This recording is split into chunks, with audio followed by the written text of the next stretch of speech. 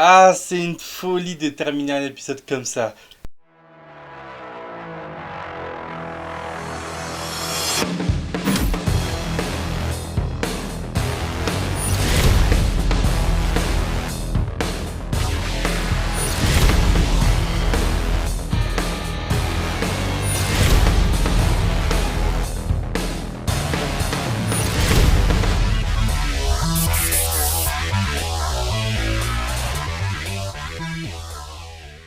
Salut les gars, salut les filles, on se retrouve aujourd'hui sur ma critique de Gachakuta, l'épisode 5. Comme d'habitude, on va décortiquer l'épisode de fond en comble.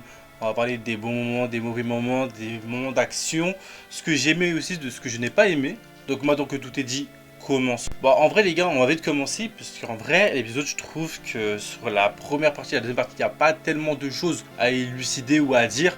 En vrai de vrai, à part sur le fait que Rudo il ne se sent pas très bien, mais que du coup le personnage que j'en avais parlé dans la critique d'avant, même je vous avais dit que je ne me rappelais plus son prénom, vient se présenter.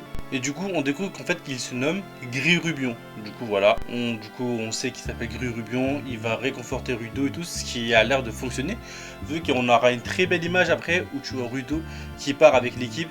Dans ce moment là en fait tu te rends compte qu'en fait il n'a pas réellement eu une enfance facile, je pense qu'il a vraiment eu une enfance vraiment compliquée.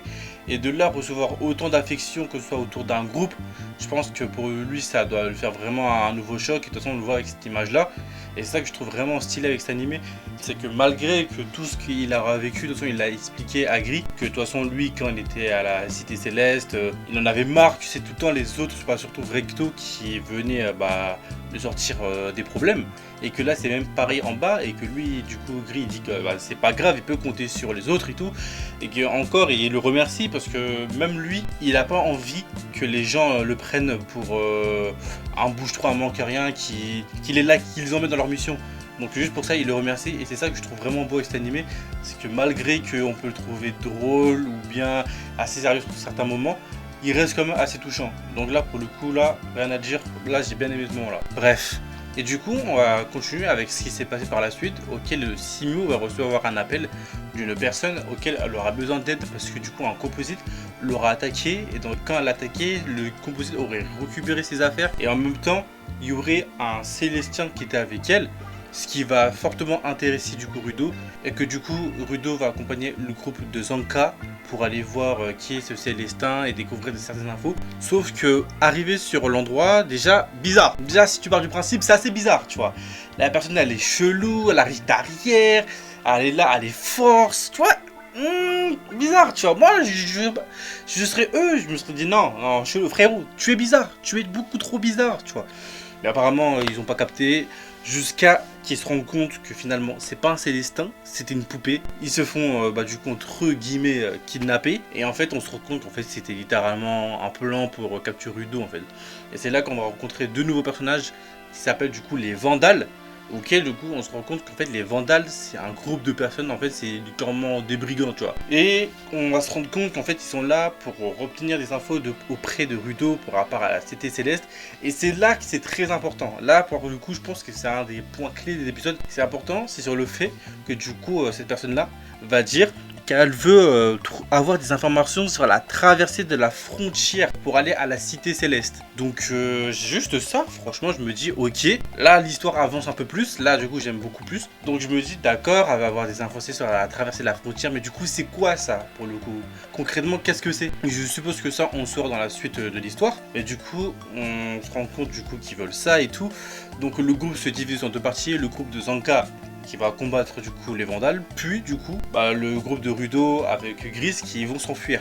Sauf que là du coup on va découvrir les pouvoirs de Zanka, ce qui est franchement très stylé, parce que malgré que Zanka possède une perche et qui bat que avec des composites, en tout cas pour l'instant c'est ce qu'on a vu, il sait se battre contre des humains. Donc juste ça, tu vois, c'est stylé, tu vois. Il sait se battre contre les humains, t'as l'impression que c'est pas la première fois. Et même stratégiquement parlant, il est très fort, tu vois. Il est très fort, et de toute façon on le remarque, tu vois, avec plusieurs scènes. Et moi, une des scènes que j'ai bien kiffé, c'est celle-ci.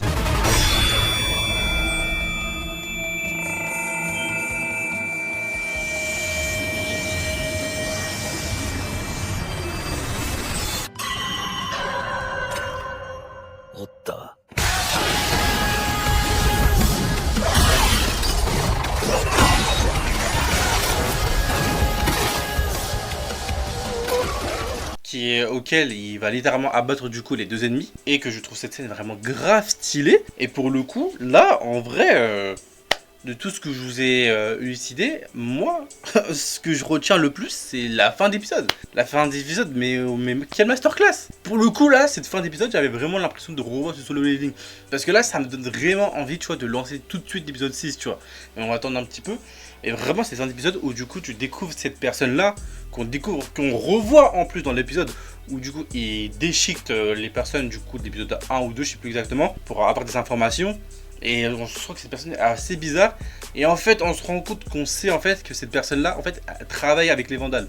Même je suppose que c'est leur chef, ou en tout cas, ils ont un lien ensemble. Donc on se rend compte qu'ils ont un lien ensemble. Et qu'il est là pour avoir Rudo. Et le fait que du coup, à la fin, il se retrouve derrière Zonka, je pense qu'on pourrait avoir un très très bon épisode 6. Donc voilà, les gars, les filles, c'est déjà la fin de cette critique. N'oubliez pas de liker, commenter et partager comme d'habitude. Et on se dit à la prochaine pour une prochaine critique de Gachakuta. Salut tout le monde.